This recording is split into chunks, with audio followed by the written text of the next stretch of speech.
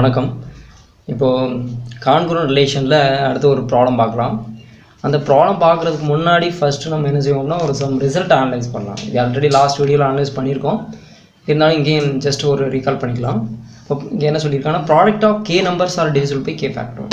அதாவது கன்செக்டிவாக இருக்கக்கூடிய கே நம்பர்ஸை நம்ம டிவைட் பண்ணோம், ப்ராடக்ட் பண்ணோம் அப்படின்னா அதை வந்து கே ஃபேக்டோரியல்ங்கிற டேர்ம் டிவைட் பண்ணணும் அப்படின்னு அர்த்தம்.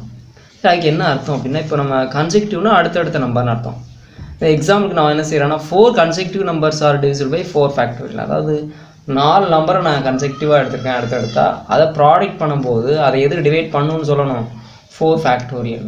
4 கன்செக்டிவ் நம்பர்ஸ்னால் 4 ஃபேக்டோரியல், கே கன்செக்டிவ் நம்பர்ஸ்னால் கே ஃபேக்டோரியல் சொல்லியிருக்கோம் இல்லையா. ரைட். இப்போ இங்கே 2 3 4 5 எடுத்திருக்கேன், அதை வந்து மல்டிபிள் பண்ணும்போது 120 கிடைக்குது. ஸோ இது எதெல்லாம் டிவைட் பண்ணோம்னா 4 ஃபேக்டோரியல் டிவைட் பண்ணும். அது மட்டும் இல்லை, அதனுடைய இண்டிவிஜுவலும் டிவைட் பண்ணும். 4 டிவைட் பண்ணும், 3 2. அடுத்து அதை பேர் ப்ராடக்ட் பண்ணோம்னாலும் அதுவும் டிவைட் பண்ணும். 4 3 4 2, அடுத்து 3 2. சரியா? இது எப்படி கான்குரண்ட் ரிலேஷன் எடுத்துருக்காங்கன்னு பாருங்கள்.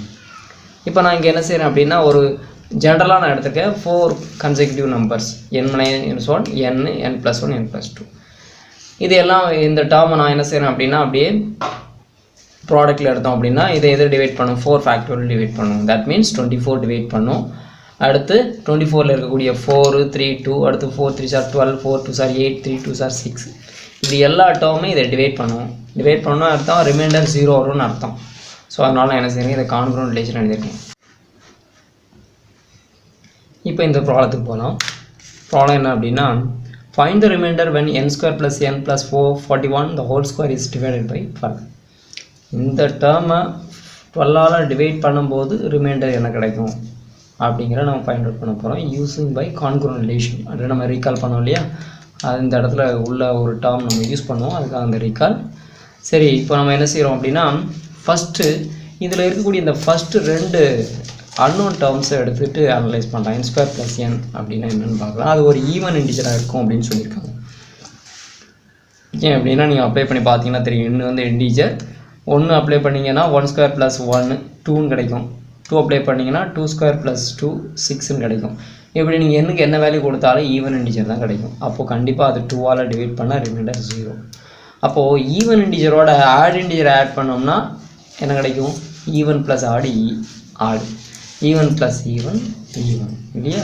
அதே தான் ஸ்கொயருக்கும் பொருந்தும். ஸோ அதுதான் இங்கே நம்ம என்ன செய்கிறோம், ஈவன் அதோட 1 ஆடுங்கிற நம்பர் ஆட் பண்ணுறோம், அப்ளை பண்ணி ஸ்கொயர் பண்ணோம்னா நமக்கு என்ன கிடைக்குது அப்படின்னா ஒரு ஆட் நம்பர் கிடைக்குது. அப்படியே இந்த லாஸ்ட் வேல்யூவை இன்க்ரீஸ் பண்ணிக்கிட்டே போய்கிட்டே இருக்கும். சரியா? இது ஒரு சைடு இருக்கட்டும். இப்போ நமக்கு அது முக்கியம் கிடையாது.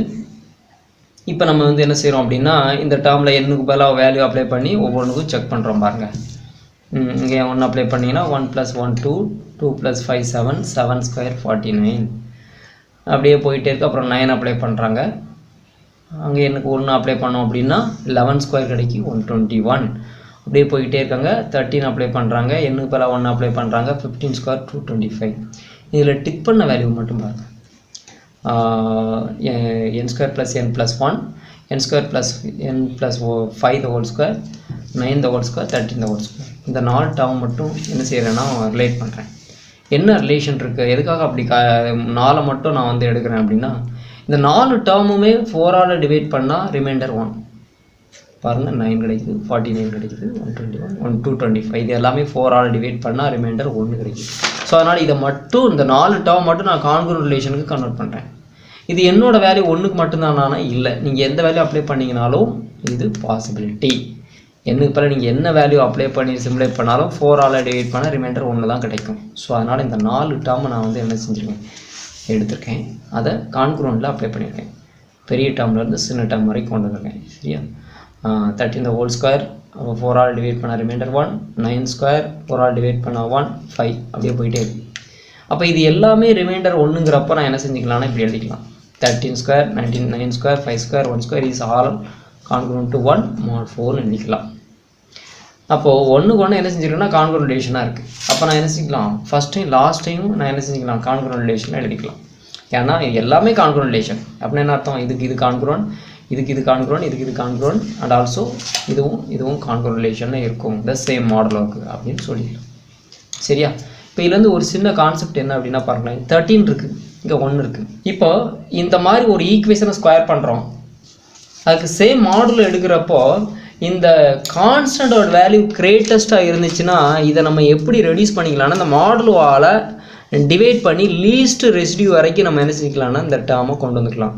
ஸோ அந்த டேர்மும் கிவன் டேர்மும் எப்படியும் இருக்கும்னா கான்குரண்ட் ரிலேஷனாக இருக்கும், சேம் மாடலில் இருக்கும். இப்போ 13 இருக்குது, அதை 4ஆல் டிவைட் பண்ணோன்னா என்ன கிடைக்கும், நமக்கு ரிமைண்டர் 1 கிடைக்கும் இல்லையா. அப்போ 1 வரைக்கும் நம்ம என்ன செஞ்சுக்கலாம், அந்த கான்ஸ்டன்ட்டை ரெடியூஸ் பண்ணிக்கலாம்னு அர்த்தம். சரியா? அப்போது இந்த மாதிரி ரெடியூஸ் பண்ணாலும் இந்த சேம் கான்குரண்ட் ரிலேஷன் அது மாறாது அப்படின்னு அர்த்தம்.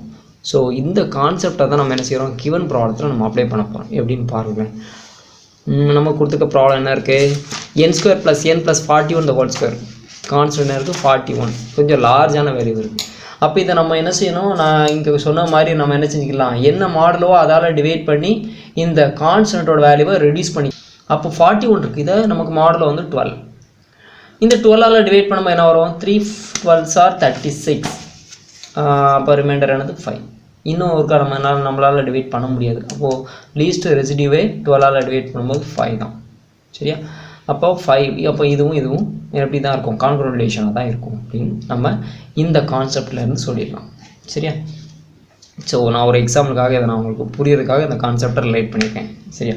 இப்போ ஏன் இப்படி நம்ம ரெடியூஸ் பண்ணணும் அப்படின்னா, ஏன் பண்ணணும், இங்கே இருக்கக்கூடிய டேர்முக்கு கிரேட்டஸ்ட் வேல்யூவாக இருக்குது, சிம்பிளிஃபை பண்ணுறதுக்கு கஷ்டமாக இருக்கும். ஸோ கொஞ்சம் ஸ்மாலஸ்ட் ஒரு லீஸ்ட் வேல்யூவாக இருந்துச்சு அப்படின்னா அதை சிம்பிளிஃபை பண்ணுறது ஈஸி. ஸோ அதனால் நான் என்ன செஞ்சுருக்கேன், இந்த கிரேட்டஸ்ட் வேல்யூவை ஸ்மாலஸ்ட் வேல்யூக்கு என்ன செஞ்சுருக்கேன்னா ரெடியூஸ் பண்ணியிருக்கேன் இந்த ரீகால் மூலமாக. சரியா? சரி, இது உங்களுக்கு புரியறதுக்காக. அடுத்து நான் இதை என்ன பண்ண போகிறேன்னா சிம்பிளிஃபை பண்ண போகிறேன். எப்படி பண்ண போகிறேன், இது வந்து எப்படி இருக்குது அப்படின்னா உள்ள 3 டேர்ம் இருக்குது. 2 டேர்ம் இருந்துச்சுன்னா a + b ஹோல் ஸ்கொயரில் எக்ஸ்பிளைன் பண்ணலாம். ஸோ நான் அந்த டேர்முக்கு நான் கன்வெர்ட் பண்ணுறேன். இந்த n² தனியாக வச்சுக்கிட்டேன், இந்த டேர்ம் ஃபுல்லாக ஒரு பாக்ஸ்குள்ளே போட்டுட்டேன். அப்போ இது என்ன வடிவில் இருக்குது, a + b ஹோல் ஸ்கொயர். அப்போ a + b ஹோல் ஸ்கொயர் நமக்கு தெரியும், a² + 2ab + b². அப்போ a² + 2ab + b². சரியா? அப்போ a² n⁴ 2ab + b². சரியா? ரைட்.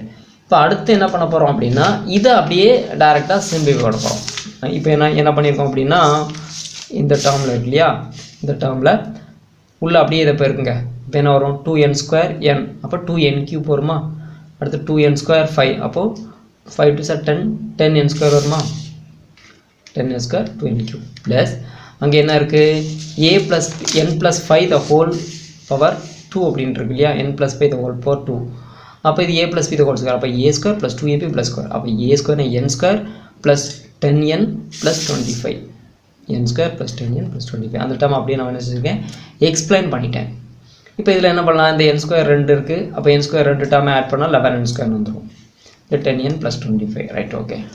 இப்போ அடுத்து என்ன பண்ணுறேன் அப்படின்னா இந்த n⁴ n² என்ன செஞ்சுருக்கேன் அப்படின்னா கம்பேர் பண்ணுறேன். இந்த 2 டேர்மையும் கம்பேர் பண்ணுறேன். நீங்கள் எப்படி வேணாலும் கம்பேர் பண்ணிக்கோங்க, இது கொஞ்சம் ஈஸியாக இருக்கணும், நான் அப்படி பண்ணியிருக்கேன். இது ரெண்டையும் கம்பேர் பண்ணிவிட்டு இதில் எவ்வளோ மேக்ஸிமமாக காமனாக எடுக்க முடியும், n² காமனாக எடுக்க முடியும். இப்போ n² காமனாக எடுத்தோம்னா n² வரும், n² வழியில் எடுத்தால் -1 இருக்கும், மைனஸ் சைன் இருக்குது. இது ரெண்டில் 2n வழியில் எடுக்கலாம். அப்போ இங்கே மிச்சம் என்ன இருக்கும், n², இங்கே -1, +1 வெளியில் இருக்குது. இது 2 மட்டும் பாக்ஸ்குள்ளே இருக்குது. சரியா? இப்போ அடுத்த டாப்பில் என்ன செஞ்சலாம், இந்த 2ல் n² -1 காமனாக இருக்குது, வெளியில் எடுத்தாச்சு. மிச்சம் n² இருக்குது, இங்கே 2n இருக்குது. அடுத்த டாப்பில் என்ன செய்கிறோம் அப்படின்னா இங்கே a² - b²ங்கிற வடிவில் இருக்குது. 1 வந்து ஸ்கொயர் பண்ணாலும் அதோட வேல்யூ மாறுறதில்லை, அதனால் n² - 1² எழுதலாமா. அப்போ a² - b², a² - b²னா a + b × a - b, n + 1 n - 1 எழுதியாச்சா. இங்கே என்ன செஞ்சுருக்கோம் அப்படின்னா n காமனாக வழியில் எடுத்துருக்கோம். அப்போ n + 2ன்னு வரும். அப்போ இந்த டேர்மை ஃபஸ்ட் எடுத்திருக்கோம், இது இங்கே கொண்டு வந்திருக்கோம். அப்போ இங்கே என்ன வழியில் எடுத்தால் n + 2, இதை a² - b² வடிவில் எழுதணும்னா a + b × a - b + 1. சரியா? இப்போ இதை அரேஞ்ச் பண்ணுறோம் எப்படி, n - 1 n n + 1 n + 2. பாருங்கள், n - 1க்கு அடுத்த டேர்ம், இதுக்கு அடுத்த டேர்ம், இதுக்கு அடுத்த டேர்ம். அப்போ 4 கன்செக்யூட்டிவ் டேர்ம்ஸ் இருக்கா. இந்த ரீகாலில் நம்ம என்ன சொல்லியிருந்தோம், 4 கன்செக்யூட்டிவ் டேர்ம் ப்ராடக்ட் பண்ணோம்னா அதை எது டிவைட் பண்ணும், 4 ஃபேக்டோரியல் டிவைட் பண்ணணும்னு சொல்லியிருக்கோம். அப்போ 4 ஃபேக்டோரியல் மட்டுமா டிவைட் பண்ணோம், அதில் இருக்கக்கூடிய 4 3s are 12, 4 2s are 8, 3 2s are 6 இப்படி எல்லா டேர்மே டிவைட் பண்ணோம் அப்படின்னு நம்ம அந்த ரீகாலை பார்த்தோம் இல்லையா. ஸோ அதே கான்செப்ட் தான். அப்போது இங்கே இந்த ஹோல் டேர்மை கண்டிப்பாக 12 டிவைட் பண்ணும். அப்போ 12 டிவைட் பண்ணிச்சுன்னா அதனுடைய ரிமைண்டர் 0. அப்போ இந்த ஹோல் டேர்முக்கு பதிலாக நம்ம என்ன செஞ்சுக்கலாம், 0ன்னு அப்ளை பண்ணிக்கலாம். அப்ளை பண்ணியாச்சா. 12ஆல் டிவைட் பண்ணோம் அப்படின்னா அந்த டேர்மோட ரிமைண்டர் 0. அப்போ 0 + 1ன்னு கிடைக்கும். ஏன்னா இந்த +1 இருக்குது இல்லையா. அப்போ 0 + 1 1. அப்போ இந்த ஹோல் டேர்மை 12ஆல் டிவைட் பண்ணும்போது ரிமைண்டர் 1 கிடைக்கும். சரியா. ஸோ இதான் வந்து பார்த்தீங்க அப்படின்னா இந்த கான்குரண்ட் ரிலேஷனோட ஒரு சிம்பிள் அப்ளிகேஷன். ஸோ இந்த வீடியோ உங்களுக்கு புரிஞ்சுக்கணும்னு நம்புகிறேன். இந்த வீடியோ உங்களுக்கு பிடிச்சிருந்துச்சுன்னா லைக் பண்ணுங்கள், ஷேர் பண்ணுங்கள், கமெண்ட் பண்ணுங்கள்.